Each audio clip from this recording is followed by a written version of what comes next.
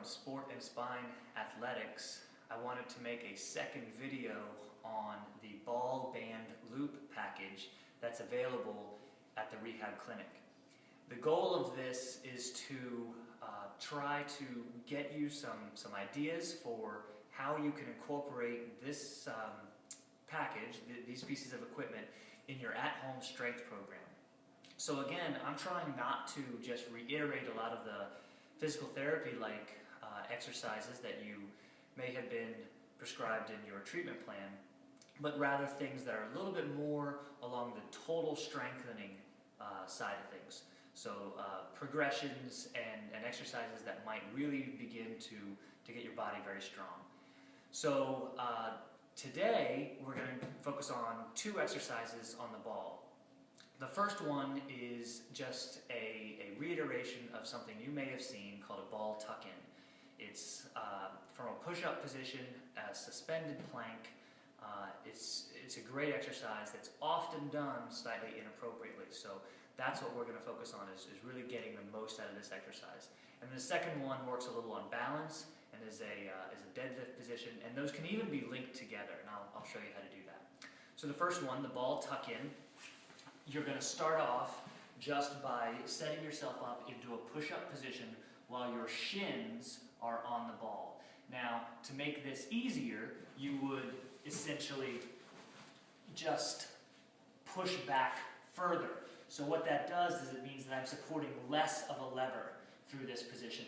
My pelvis has to be tucked underneath a little bit. Abs, glutes have to be squeezed a little. You can't sag down here. So this is a core let go. This is a shoulder blade let go. So it's a very weak position. So put a little strength into it and hold yourself nice and strong. This could be the exercise maybe for your level. Ideally, if you have a very long lever, you're going to be nice and tight, and then just tuck your feet into your chest as far as you can. Come back out and squeeze your glutes hard again to come out to that solid position. So this should be fairly slow without a lot of bounce on that ball. By making it harder, if that's your progression, you're going to take a leg away. So it's the same exact exercise, you're just going to take a leg away. Same thing, squeeze the glute, make sure it's solid and strong right at that bottom position. If you add the push-up in there, you can do that. There's a lot of variations, but the idea is that you want to stay tight and not let go at any point. So you might not get that many sets and repetitions. It is not an example of 3 sets of 10, maybe. It might be an example more of 3 sets of 5, keeping it very, very tight. The next exercise is going to be a deadlift motion, but it's going to be while your rear foot is elevated. It's not going to be a balanced lunge. I'm going to have it look more like a hip tilt.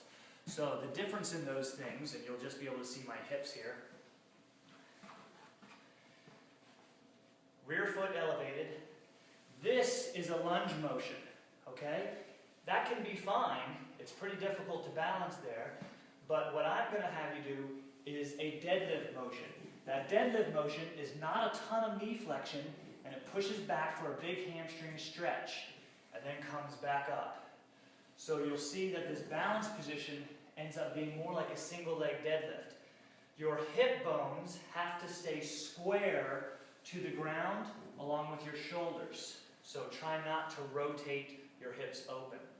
If you were going to combine those two motions, you would try to do this single leg motion, come down, put your legs on that ball, tie them together, and then start over. All right? So you get the idea. If you have any questions or want to go over some details on developing a specific program, please contact me as the Director of Sport and Spine Athletics. We'd be happy to talk about your goals and set you up on a program. Thanks a lot, and we'll see you on the next video.